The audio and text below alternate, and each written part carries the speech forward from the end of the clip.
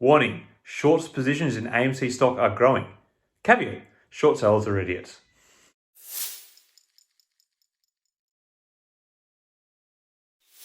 Hello again, everyone. I hope you're all doing really well. So I have been away from here for a little while because I finally caught the coronavirus. It wasn't a fun experience, and now my 6-month daughter has it. So I have been fairly preoccupied with all of that. Anyway, back to the matter at hand. AMC, it appears there has been a rising short interest in the stock again, and it also appears there is a sense amongst at least the publishing community that the retail investors behind AMC are fatigued and ready to keel over. I have to say, I don't agree. In fact, if anything, this looks like the mounting backdrop of another short squeeze rally for AMC stock. Since last week, the short interest in AMC has climbed from 16% of the float up to 21%, and the borrow fee has crept up to above the 20% mark. Obviously, short sellers are being buoyed on by the fact that the broader market is continuing to drop and are hoping to take advantage of what they hope is a drop in the faith of the meme stock crowd. However, I think they could be in for a bit of a rude shock with this one, as demonstrated in yesterday's trade where AMC gained 45 cents in the regular session, or up by 3.45%. The stock then climbed a further 8 cents in the aftermarket. This was all done in the face of a day of poor trading results, with the S&P 500 falling by about 1% on the day.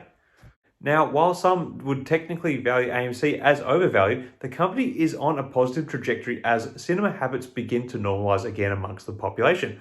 We only just have to look at the recent Top Gun premiere over the Memorial Day weekend, where $291 million in ticket sales were done in the US alone for the movie. In fact, I actually heard that some are predicting this movie alone to gross as much as $1 billion at the box office globally. Top Gun aside, more normalized cinema trading is likely going to move AMC back into profitable territory again soon. Now, short sellers may mount the argument that cinema ticket sales will decrease as cost of living goes up, which could rattle the resolve of those holding AMC stock long term. However, I think this argument is not foolproof. While consumers may look to tighten their belts in these times of high inflation, they will still look for sources of entertainment. And I think many are probably a little bit over streaming services, as we have seen with the dropping in numbers of Netflix. The fact that cinemas are now a safer place to visit may mean consumers may start to redirect some of their subscription spend back towards classic cinema, as a visit to such place may feel like a bit of a novelty at the moment since they've been closed for so long.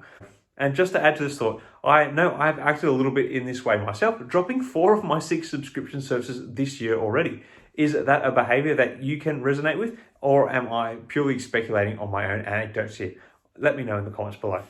Anyway, I think short sellers are probably wrong to question the resolve of the AMC 8 crowd at this point. Momentum is returning to AMC. Anything beyond the COVID days is a positive for this company, and it is a bit of a stretch to think the passionate base is wavering. So in terms of where I think this leaves AMC stock at the moment, the daily chart here is showing us a bit of an upward trend in the regular trading prices. In fact, as I've indicated with this blue breadcrumb line, we appear to be seeing a series of higher lows being posted by the stock, a sign that perhaps the previous downward trend of lower lows has come to an end. This could be a sign that the stock has found a bottoming point temporarily, and therefore if we are to see any further selling off, there seems to be quite a bit of support and resistance at the $11.85 and then lower at the $10.50 mark. In the event we see some upward move in the stock, I would again be looking to the recent points of upward resistance to where the price could face some headwinds, as indicated on this chart by these red lines, those being the $16.15 and $18.91 mark. Anyway, I think the media, and by extension the shorts crowd, are wrong to say that the AMC shareholding core is about to drop their positions in the stock.